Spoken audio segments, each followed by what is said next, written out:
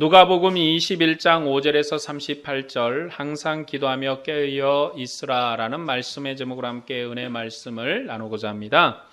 오늘 말씀은 성전에서 가르치신 마지막 가르침이면서 20장과 21장의 결론이에요. 마지막 가르침의 중심 내용은 한마디로 조심하라는 것입니다. 미혹을 받지 말고 세상에 취하지 말고 인자가 오도록까지 깨어서 기도하는 그러한 권면이 담겨져 있어요. 인자가 오실 때까지 거짓된 가르침의 미혹을 받지 말고 모든 핍박과 고난 중에도 인내로 믿음을 지켜야 합니다. 우리가 세상에 취하여 살다가는 멸망을 받을 것이니 주의하라고 그렇게 권면하고 계셔요. 본문 5에서 6절 말씀을 먼저 보겠습니다. 어떤 사람들이 성전을 가리켜 그 아름다운 돌과 헌물로 꾸민 것을 말하며 예수께서 이르시되 너희 보는 이것들이 날이 이르면 돌 하나도 돌 위에 남지 않고 다 무너뜨려지리라. 성전은 하나님의 구원 역사의 중심이고 아름답고 영광스러운 교제의 처소지만 유대 당국자들 그리고 유대인들은 겉모습의 아름다움만 자랑을 했어요. 얼마나 아름다운가. 화려하게 치장을 하고 화려하게 여러 가지 보석으로 그 건물을 짓고 한 그 아름다운 외 모양만을 자랑을 했어요. 이런 외식 때문에 성전이 무너질 것이라고 주님이 예언하셨습니다. 눈에 보이는 이 성전이 무너져도 우리는 걱정할 게 사실 없어요. 하나님이 인자의 고난을 통해서 하늘 초소를 여실 것이기 때문에 그렇습니다. 이 하늘 땅에 존재하는 이 성전은 무너지고 사라지겠지만 예수 그리스도께서 자신의 몸을 죽으시고 하늘의 보좌에 앉으심으로 하늘 성전을 새롭게 여실 거예요. 그러므로 우리는 성전이 무너져도 걱정할 게 없는 거죠. 그 하늘 성소에서 주님이 대제사장으로 우리를 인도하시고 영광을 주실 거예요. 이 하늘 성전과 그리고 땅의 성전의 차이는 뭐냐면 하늘 성전은 우리의 눈에 보이지 않지만 참으로 영광스러운 성전이고 땅의 성전은 우리의 눈에 보였지만 그것은 영광스럽지 못해서 결국 이방인에 의해서 파괴되고 무너지고 사라질 성전이에요. 그러니까 하늘의 성전은 우리의 눈에 보이지 않지만 영광스러운 성전이고 땅의 성전은 화려하게 치장을 하고 보석으로 가꾸고 그리고 외양이 으리으리하게 아름답지만 결국 사라질 성전인 거죠. 그래서 주님께서 너희가 이렇게 화려하고 아름다운 모습을 자랑하느냐? 그 성전은 다 무너질 것이라고 그렇게 말씀하신 것입니다. 본문 7에서 9절 말씀을 보겠습니다. 그들이 물어 이르되 선생님이여 그러면 어느 때에 이런 일이 있겠사하며 이런 일이 일어나려 할 때에 무슨 징조가 있사오리까? 이르시되 미혹을 받지 않도록 주의하라. 많은 사람이 내 이름으로 와서 이르되 내가 그라 하며 때가 가까웠다 하겠으나 그들을 따르지 말라. 난리와 소요의 소문을 들을 때 두려워하지 말라. 이 일이 먼저 있어야 돼 끝은 곧 되지 아니하리라. 어떤 사람이 그러면 그런 성전이 무너질 때 어떤 징조가 있을까요? 하고 물었어요. 그런데 예수님은 뭐라고 말씀하시냐면 미혹을 받지 않도록 주의하라고 하십니다. 사람들이 미혹을 받는 것은 많은 사람이 예수님의 이름으로 와서 때가 가까웠다고 미혹하기 때문에 그래요. 주님께서 미혹을 받지 말라고 하신 그 미혹은 바로 마지막 때에 임할 거짓 그리스도에 대한 것입니다. 그런 일이 일어나도 그들을 따르지 말고 난리와 소문을 들어도 두려워하지 말라고 하십니다. 왜냐하면 아직은 끝이 아니기 때문이라 그런 것이에요. 멸망의 때 거짓 그리스도가 출현할 것은 과거 예루살렘의 멸망을 배경으로 말씀하는 거예요. 그러니까 우리가 성경을 항상 나눌 때는 구약에 어떤 배경이 있었는가라는 것을 생각해 볼 필요가 있어요. 하나님의 말씀 성경은 한 가지로 그냥 독단적이지 않고 항상 구약의 예언의 말씀, 구약의 율법의 말씀이 배경으로 나오는 거예요. 하나님의 일하심은 과거의 역사를 배경으로 일하시기 때문에 항상 그러는 거예요. 이 예수님께서 거짓 그리스도의 출현에 대해서 얘기하는 것은 바로 이스라엘 백성이 바벨론에 멸망할 그때의 무렵을 배경으로 하고 있어요. 이스라엘이 바벨론에 멸망할 때 많은 거짓 선지자가 일어났고 불법이 성했으며 사랑은 식고 민족들 간의 전쟁으로 많은 재난이 있었어요. 바벨론에 멸망할 이 이스라엘이 바벨론에 멸망할 그 시점에 거짓 선지자들이 득세하고 거짓 선지자들이 참으로 많았어요.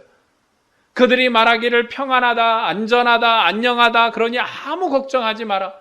이방의 군대가 몰려와도 아무런 문제가 있지 않을 것이니 아무 걱정하지 말라고 그렇게 이스라엘 백성을 위로했어요.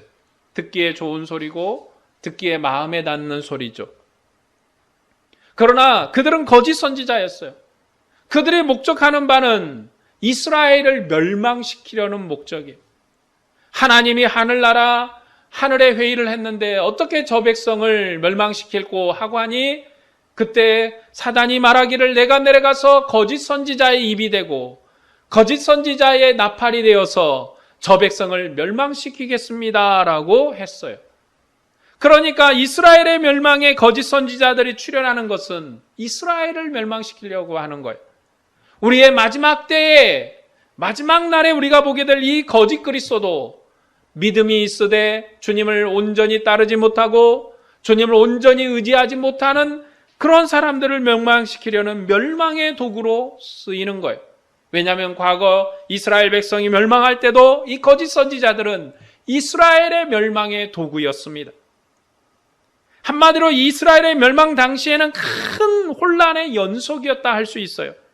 그때 거짓 선지자들은 예루살렘은 하나님의 거룩한 도성이어서 결코 바벨론에 멸망하지 않는다고 백성들을 미혹했어요.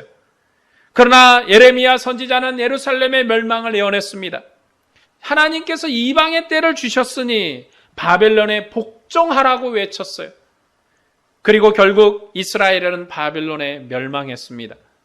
예수님께서 이런 혼돈과 재난이 예루살렘의 멸망의 때에 있었음을 생각하면서 말씀하고 계십니다. 그리고 거짓 그리스도의 미혹을 받지 말라고 경고하셨어요. 이스라엘 백성이 멸망할 그 바벨론에 멸망할 때도 거짓 선지자들이 이스라엘 백성의 마음을 미혹시켰습니다. 우리에게는 아무 문제도 일어나지 않을 거야. 왜요? 우리 하나님의 성전도 있어. 하나님의 선지자도 있어. 하나님의 제사장도 있어. 그러니까 우리에게는 아무런 문제가 없을 것이라고 생각했습니다. 그렇게 생각한 것이 바로 그들의 미혹이었어요. 그러나 하나님은 이미 이방의 때를 가져오셨습니다. 이방인의 때를 주셨어요. 이제 이스라엘이 범죄하고 멸망하여서 그들의 역할은 다 끝나갔고 이제 이방인의 통치자들, 이방인의 권세가 세상 역사를 주관하는, 그래서 이스라엘로 하나님 앞에 참으로 영광을 얻지 못하는 그런 시대를 그들에게 주신 거예요. 이미 주님께서, 하나님께서 이방인의 때를 이스라엘에게 주셨습니다. 이방인의 때 지나친 이스라엘의 부흥운동과 메시아의 운동은 오히려 이방인의 때를 거절한 옛 이스라엘처럼 혼돈과 멸망을 자초할 거예요. 우리에게 성전이 있고 메시아가 있고 그리고 또한 우리에게 하나님의 말씀이 있으니 결단코 멸망하지 않을 것이라고. 왜 마지막 때에 거짓 그리스도, 가짜 적그리스도를 따르지 말라고 하냐면 그들의 마음속에 우리에게 이 메시아가 있다는 그 마음을 가지고 이미 하나님은 이방인의 때를 주셨거든요. 이방인의 때에 우리가 선민이고 우리가 영광을 얻고 우리가 잘된 사람이고 우리만을 위한 시대로 살아간다고 말하는 그들이 이방인에게 멸망할 거예요. 그래서 이스라엘의 너무 지나친 이스라엘 부흥운동과 그리고 메시아의 운동은 도리어 그들을 멸망시키는 단초가 될 것입니다. 옛 이스라엘이 멸망할 때 거짓 선지자들이 많이 일어나서 그들을 멸망시키게 하는, 미혹하게 했던 것처럼 종말의 심판 때도 내가 끝날에 약속한 메시아다, 내가 그니라고 하면서 많은 적그리스도가 일어날 것이에요. 그러나 우리는 그들을 따르지 말아야 돼요. 우리에게 그리스도가 있으니 우리는 세상에서 이긴 자야, 우리는 세상에 승리한 자야, 우리는 담대하게 세상을 이겼어 하고 아직은 하나님이 이방인의 때, 이방인의 시간을 주셨는데 그때에 우리가 주인인 것처럼 말하면 도리어 그들에게 매를 맞을 것이고 그들에게 멸망당할 것이에요. 그렇기 때문에 우리는 그들의 미혹을 듣지 않아야 돼요. 흔들리지 말고 우리는 오직 주님이 가져오실 하나님의 나라의 때, 하나님의 영광스러운 그 영광스러움을 이룰 그 시간을 기대하면서 우리가 이 시대를 살면서 이방인의 때 이방인에게 핍박을 당하고 믿지 않는 자에게 조롱을 당하면서 사는 이 때를 우리가 이기어 주님의 오실 때를 기다리는 거예요. 주님의 오심의 그때는 그냥 생각 속에서 이루어지는 때가 아닙니다. 역사의 현실 속에서 하나님의 통치와 그리스도의 통치가 영광스럽게 임하는 그러한 시간이 될 거예요. 그렇기 때문에 거짓 그리스도들은 다시금 약속을 합니다. 내일에 그런 일이 있을 거라고. 몇 년 후에 그런 일이 있을 거라고. 그러나 현실은 아니잖아요. 현실은 이방의 권세, 세상의 통치자들이 여전히 나라를 다스리고 있고 권력을 쥐고 있고 능력 있게 통치하고 있습니다. 그러나 예수 그리스도께서 다시금 이 땅에 오시면 이제 주님을 예배하는 때, 주님을 섬기는 영광스러운 때, 주님이 직접 통치자로 세계와 나라와 민족을 다스리는 그때가 올 거예요. 이것이 주님의 경고입니다. 그러므로 우리는 흔들리지 말고 주님의 오심을 예비하는 시대에 사는 거예요. 우리의 때가 어디에 있는지를 잘 알아야 돼요. 우리의 시간이 지금 우리의 시간의 역사가 그리고 우리의 시간의 그 흐름이 어디에 있는지를 잘 알아야 돼요. 지금은 여전히 이방인의 때입니다. 이방인의 통치자들, 권세자들이 세계와 민족을 다스리는 때예요. 그러나 주님이 오시면 이제 새로운 역사가 시작될 거예요. 주님이 다스릴 거예요. 주님이 통치하실 거예요. 그 주님이 지금 하늘의 보좌에 앉아서 세계와 나라를 경영하시지만 직접적인 통치를 하지 않으세요. 그러나 주님이 오시면 직접 통치하는 마치 다윗처럼 솔로몬처럼 하나님의 나라를 영광스럽게 통치하는 그런 시대가 임할 거예요.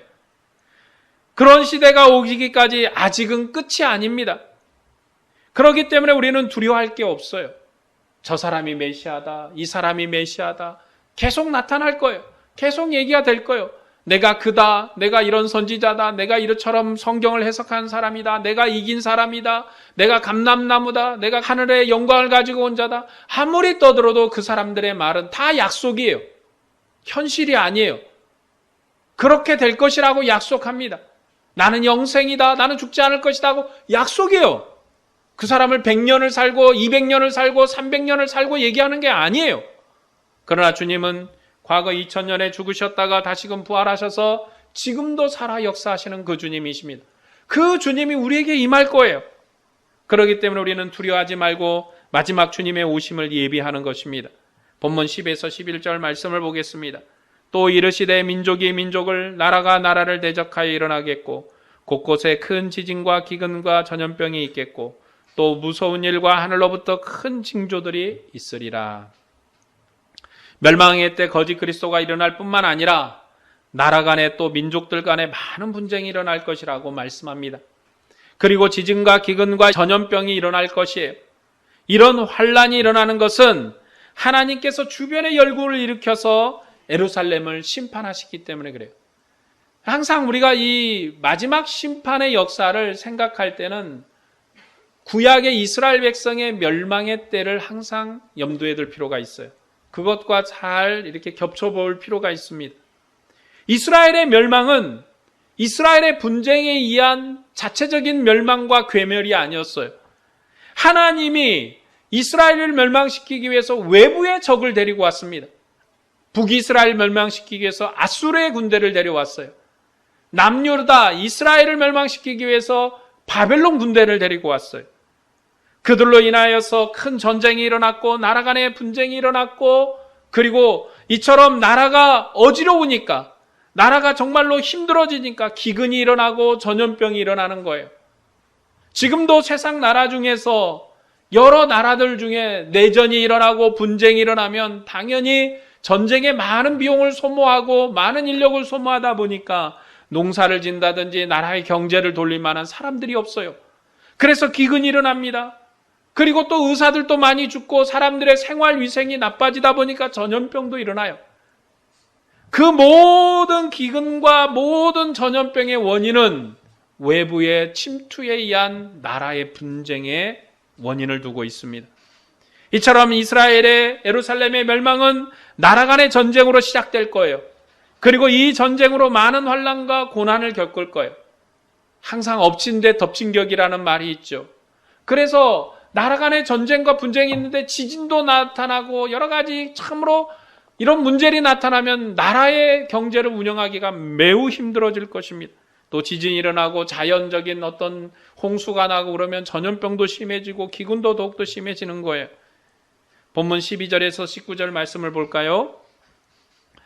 이 모든 일 전에 내 이름으로 말미암아 너희에게 손을 대어 박해하며 회당과 옥에 넘겨주며 임금들과 집권자들 앞에 끌어가려니와 일이 도리어 너희에게 증거가 되리라. 그러므로 너희는 변명할 것을 미리 궁리하지 않도록 명심하라. 내가 너희의 모든 대적이 능히 대항하거나 변박할 수 없는 구변과 지혜를 너희에게 주리라. 심지어 부모와 형제와 친척과 벗이 너희를 넘겨주어 너희 중에 몇을 죽이게 하겠고 또 너희가 내 이름으로 말미암아 모든 사람에게 미움을 받을 것이나 너희 머리털 하나도 상하지 아니하리라. 너희의 인내로 너희 영혼을 얻으리라. 주님은 제자들에게 인자가 오기까지 이전 선지자들처럼 미움과 핍박을 받을 것이라고 가르쳐 주셨습니다. 그러나 핍박을 받을 땐 놀라지 말고 두려워하지 말아야 돼요. 왜요? 핍박을 받는 것이 도리어 증거의 기회가 되기 때문에 그렇습니다. 우리의 믿음의 고백의 기회가 돼요. 우리의 마음의 증거의 기회가 될 거예요. 주님께서 그들의 입을 지키시고 모든 대적을 능히 이길 수 있도록 지혜를 주실 거예요. 그리고 제자들의 머리털 하나도 상하지 않게 지키시겠다고 말씀하십니다. 주님은 제자들에게 어떤 거짓된 가르침과 큰 환난 중에도 흔들리지 말고 끝까지 인내로 믿음을 지키며 신실한 증인이 되라고 권면하셨습니다. 이것이 주님께서 제자들을 가르친 결론이에요. 이 환난의 결론은 뭐냐? 환난이 목적이 아니에요. 환난이 당하고 예루살렘이 멸망하겠다는 게 아니에요. 그때가 되면 큰 어려움이 믿는 자에게 나타날 텐데 주님이 지키시겠다, 보호하시겠다. 그것이 결론이에요. 그 결론처럼 우리도 그 믿음을 가지고 살아야 되는 거예요. 우리에게 당하는 여러 가지 마지막 종말의 환난이 우리의 공포가 아닙니다. 우리의 두려움이 아니에요. 그것은 믿지 않는 자의 공포고 믿지 않는 자의 두려움이에요. 사실 예수님이 이 땅에 다시 올 때가 되면 믿는 자에겐 기쁨의 날이에요. 참으로 영광스러운 날이에요. 그러나 믿지 않고 주님을 따른 자들에게는 공포의 날이에요. 환난의 날이에요. 멸망의 날이 될 것이에요. 그럴 때 주님께서 지금 이 환난을 얘기하시고 나서 결론이 뭐냐? 제자들에게 말씀하신 것을 끝까지 인내로서 믿음을 지키는 신실한 증인이 되라. 내가 너희를 지킬 것이고 보호할 것이고 말할 말을 말을 주고 지혜를 주겠다는 것이에요. 지켜주겠다는 거예요. 끝까지 너희를 인도하겠다고 말씀하십니다. 그러면서 주님은 예루살렘의 멸망 징조와 인자의 오심을 또한 예고하여 말씀하십니다. 본문 20절 말씀을 보겠습니다. 너희가 예루살렘이 군대들에게 에워싸는 것을 보거든 그 멸망이 가까운 줄 알라. 멸망의 징조는 이방의 군대가 예루살렘을 에워싸는 거예요. 주님은 구원 역사의 종말의 때를 유대인과 이방인의 관계로 설명하셨습니다. 그러나 예루살렘의 멸망은 세상 끝날의 역사가 아니에요. 지금 예루살렘의 멸망이 세상 끝이 아닙니다. 주님은 이 예루살렘의 멸망과 함께 겹쳐서 세상 끝날을 같이 설명을 해요. 지금 이 주님이 말씀하시는 내용은 예루살렘의 멸망도 얘기하시고 세상 끝날의 얘기도 얘기하셔요. 그러나 예루살렘의 멸망이 세상 끝날은 아니에요. 이스라엘의 심판이고 그들의 행한 일에 대한 보응이고 그들이 왜 멸망받는가? 아직은 이방인의 때이기 때문에 멸망받는다고 그렇게 얘기를 해요. 그러나 주님이 말씀하신 세상의 역사의 마지막은 또 다시 한번 말씀을 하고 계십니다. 그렇기 때문에 예루살렘은 이방인의 때가 차기까지 이방인들에게 밟힐 거예요. 이스라엘이 바벨론에 멸망할 때 이스라엘 백성은 이방 군대가 예루살렘을 에워싸도 절대로 자신들은 죽지 않겠다고 믿었어요. 그러니까 이스라엘 백성이 멸망할 때 바벨론 군대가 이 예루살렘 성을 다 둘러쌌지만 그들은 안 죽을 것이라고 생각을 했어요.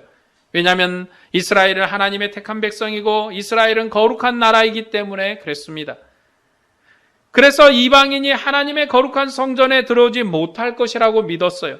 그러나 예레미야 선지자는 너희 목숨을 보존하기 위해서 이방인에게 항복하라고, 이미 하나님의 심판이 결정되었으니 속히 복종하라고 가르쳤습니다.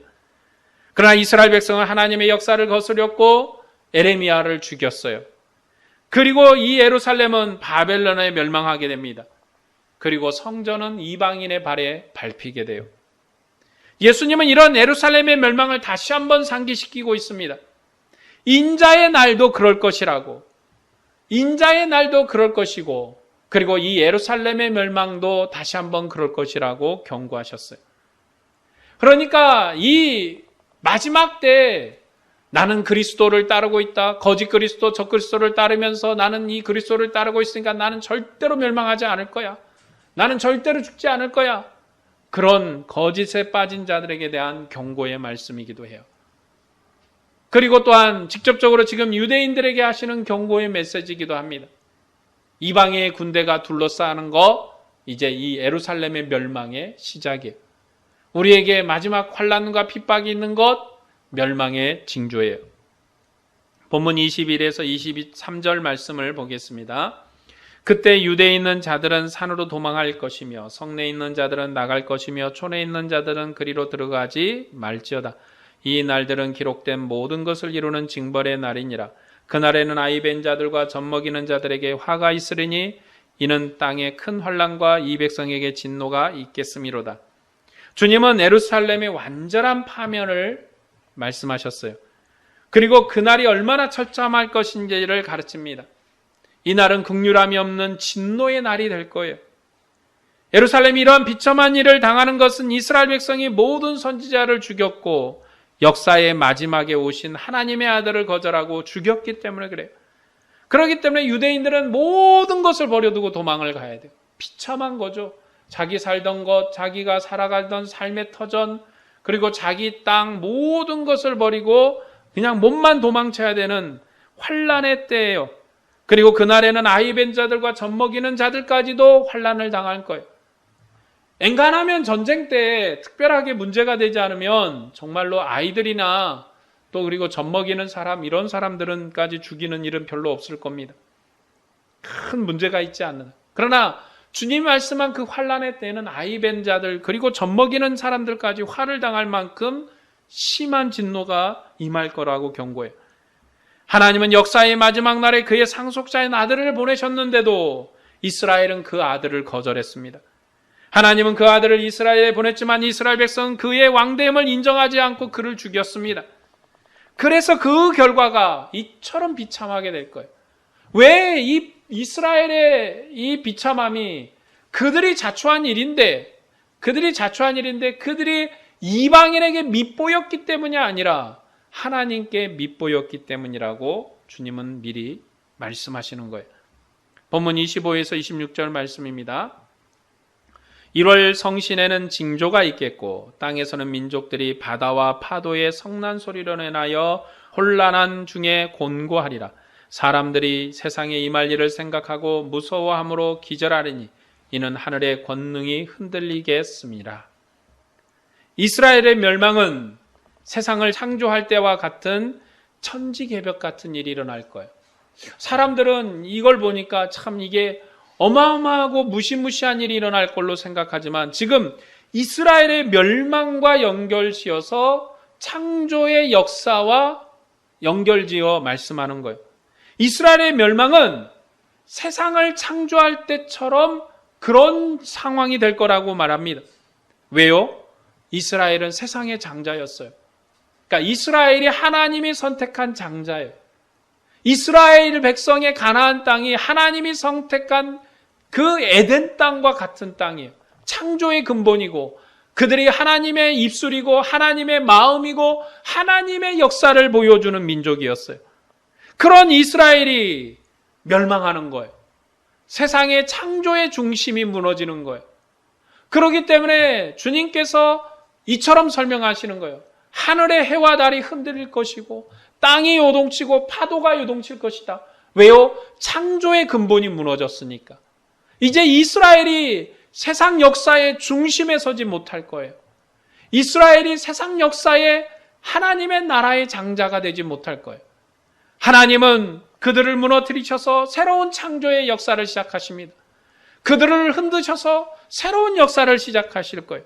그렇기 때문에 이스라엘의 멸망은 세상을 무너뜨리는, 창조의 기둥과 창조의 근본을 무너뜨리는, 그리고 이제는 예수 그리스도를 모퉁이 돌로 새로운 집을 짓는 것 같은 그러한 대단한 일이 될 거예요. 이스라엘이 없는 세상은 어둠이고 죽음뿐입니다. 그래서 하나님과 함께하는 이스라엘의 홍해도 광야도 길을 열어주었습니다. 이스라엘이 세상의 장자이기 때문에 하늘의 해도 달도 그들에게 가는 길을 비추었습니다. 그뿐만 아니라 예루살렘은 하나님의 도성이에요.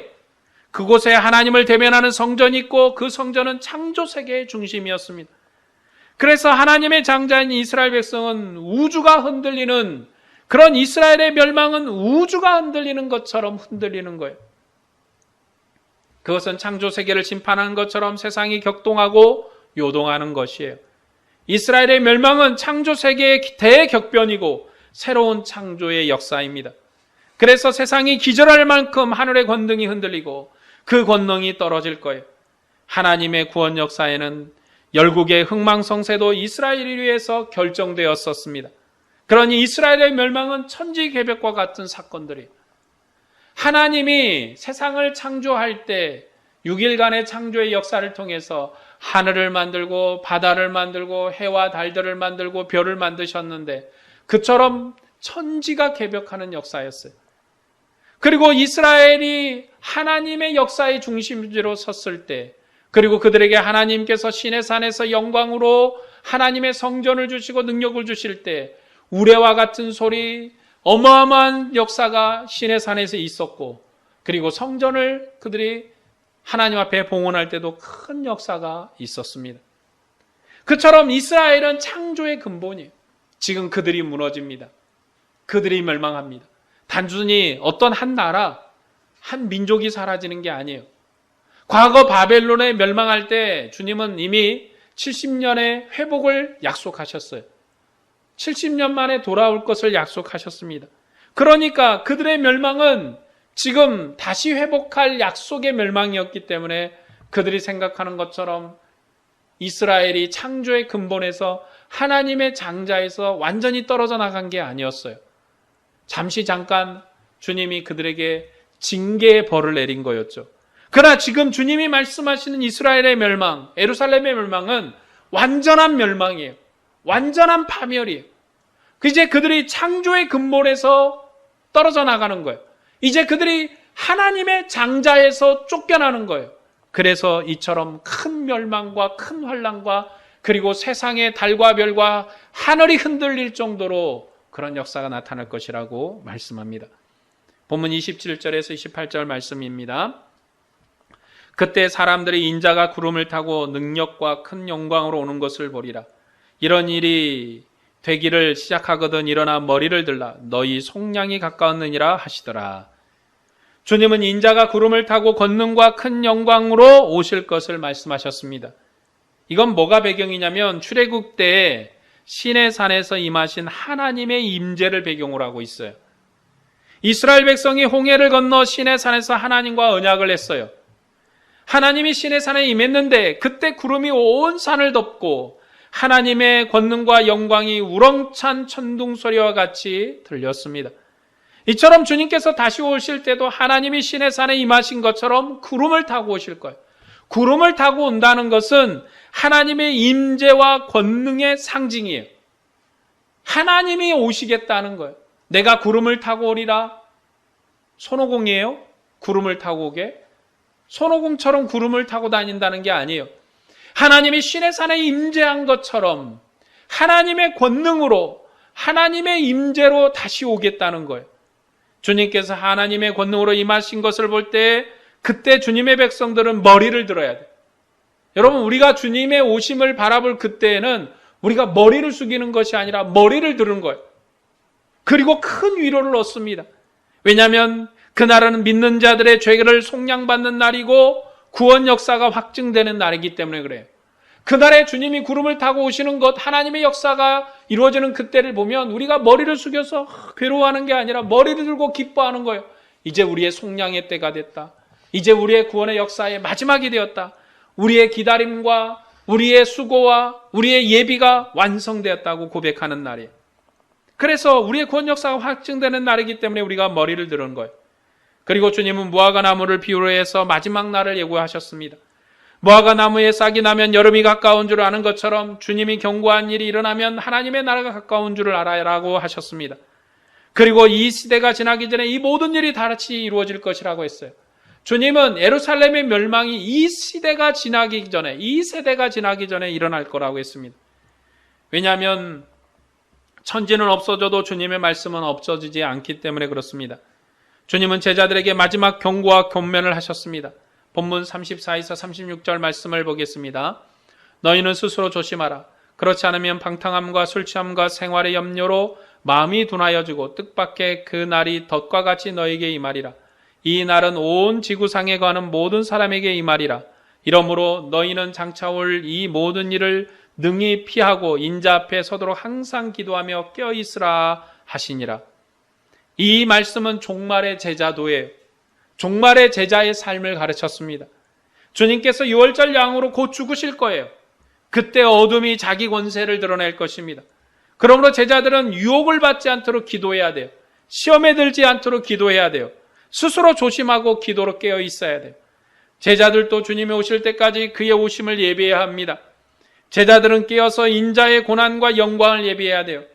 이것은 특별한 율법으로 주신 게 아니에요. 일상의 삶의 언어로 교훈하신 것입니다. 그러니까 우리의 삶이 주님의 오심을 예비하고 깨어서 기도하는 삶을 살아야 돼요. 방탕함과 술취함과 생활의 염려로 마음이 둔해지지 않도록 해야 돼요. 그렇지 않으면 그날이 도적같이 임할 때 예루살렘이 심판을 받은 것처럼 멸망할 거라고 경고하셨어요. 그러니까 우리가 마지막 기다리는 이 주님의 말씀은 우리가 하나님의 마음으로 기도하는 자의 삶을 살라는 것입니다.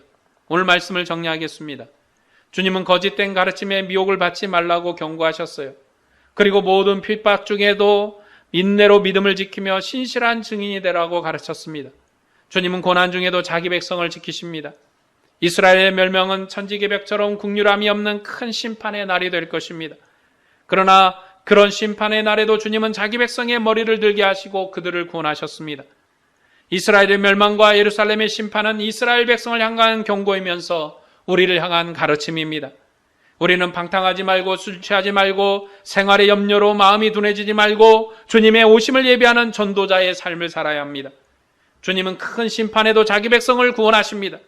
그러니 두려워하지 말고 예루살렘처럼 방탕하지 말고 항상 깨어서 기도하라고 합니다.